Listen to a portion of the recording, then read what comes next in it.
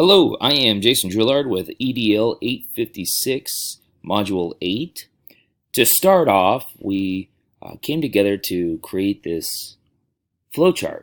The big process or the selection process of my decision to use Creately was just how easy it was to put together the actual flowchart. It kind of seems like something was already started on the page, and all it required was me to move some things around, put in my own information. I didn't have to spend a lot of time figuring out the bells and whistles of the website. It was just kind of right there, ready to go, which was very user friendly and just allowed me to get going right away and not having to spend a lot of time figuring it out. So I thought Creately was the easiest one of the possible options. As I dug around, that one was the only one I could just get right into, for me at least. So I definitely found that pretty easy. For the two publics that I divided them into, of course, internal and internal in terms of how we communicate in forms of communication. And so for internal, I broke it down into 4 subcategories with students, teachers, staff, and administration. I chose staff to put in there because I think staff members that aren't considered teachers, so we're thinking about secretaries, janitors, IT members, and librarians, workers like that still matter and that can push information out, but also need information. Those need to be included, so we can't just limit it to teachers and administration. I also kind of divided between students and teachers, and then teachers, staff, and administration.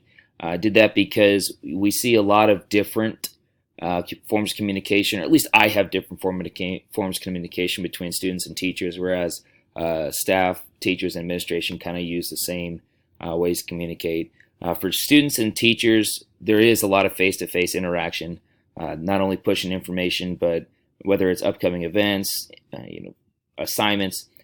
Email we do use quite a bit. I spend quite a bit of my time answering emails from students, whether it's just help on something or information because they were gone. I do answer quite a bit of those. And then I actually have 2 class websites. I use both Google Classroom and Google Sites, and so I use them in different ways, but both of them are a source of communication, whether it's assignments or anything that they need to know. I use both of them to push information. They're also used for parents, but that's just in case they want to. My main mission for that is for the students. And then teacher, staff, and administration. Again, more face-to-face interaction and information being pushed, but it does also usually is followed up with email just to make sure it's in writing. We also use phone quite a bit. I usually receive quite a bit of phone calls from the secretaries, just not only daily, but kind of throughout the week. And as you can see to the middle, I also use this as an opportunity to kind of explain the frequency of when these happen. And so you can see it goes from daily all the way down to semesterly, and the chart itself flows with that so that you can kind of see what happens daily and then what's kind of more of a monthly into semester type frequency. So going back into the teacher, staff, and administration subpoints, we do get phone calls kind of through daily, through weekly, and we are our goal is to make weekly phone calls to parents.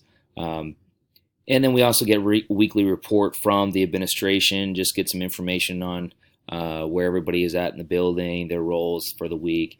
And then we have monthly meetings between not only our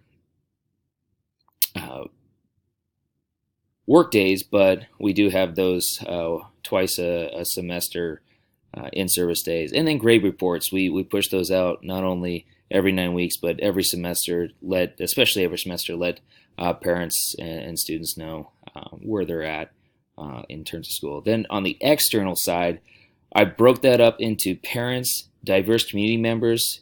I also kind of think about with diverse community members, the college students, because we do have quite a bit of interaction with them, and they are very much involved with our school. Not only do they get a chance to come into the school to observe and work with students, but they actually are really great about coming to sporting events and other events, and they are very much involved, especially with our music program.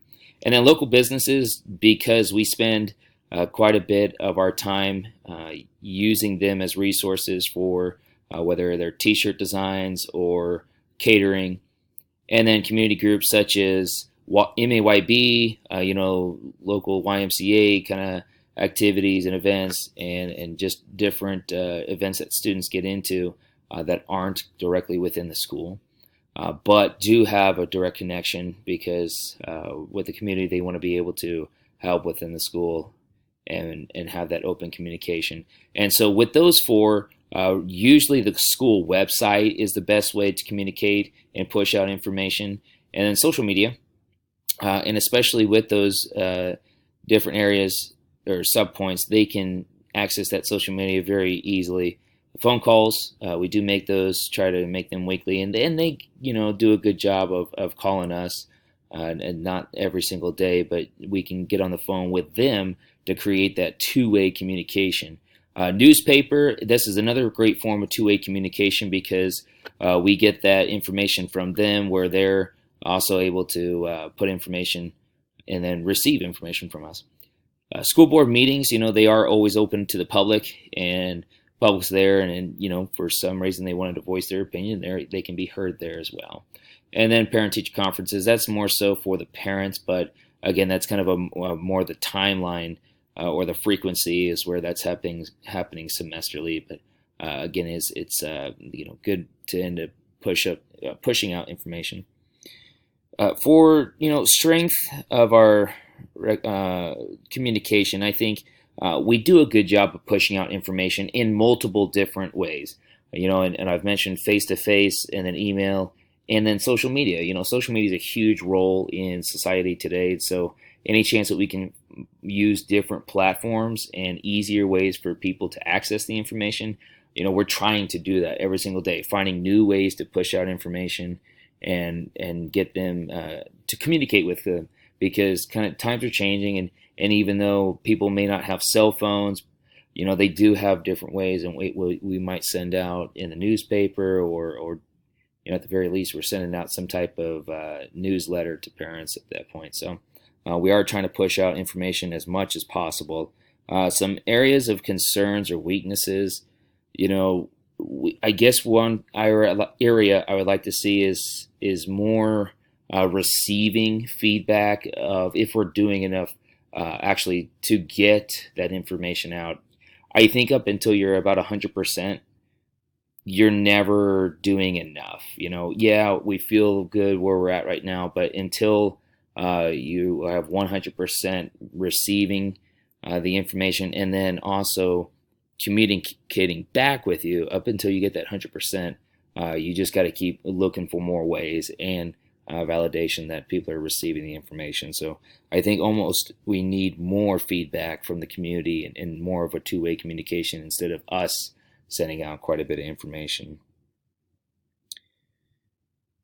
For a critique of my chart, I think as nice as it is to be color coordinated and just kind of easier to follow, I think some of the information in there you have to explain for people to understand.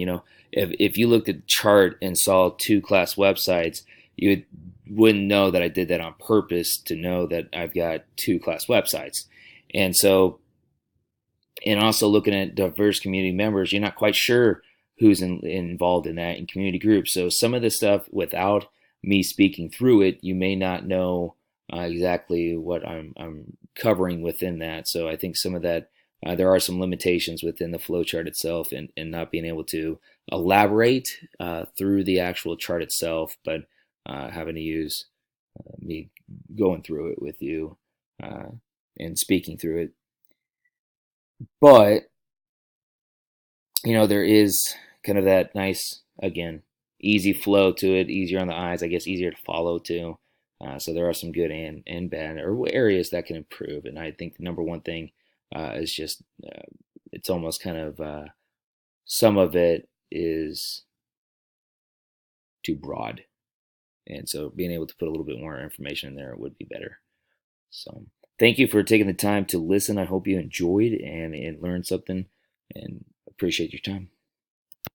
That color coordination kind of helps keep your eyes on what it's focusing on, with external being in blue, internal being on green, kind of separates them, and it's got that nice division down on each side. And then also the frequency kind of allows you to be able to tell each sides are still falling in line with that. So it's not only kind of explaining all the different ways that we find ways to communicate, and it has it on there, so it's kind of easier to understand what we do, but also just easier to follow, and goes along with that frequency, so people can understand what we use more, and what we use kind of in later times and not so often. So again, thank you for taking the time to listen. I appreciate that, and I hope you enjoyed.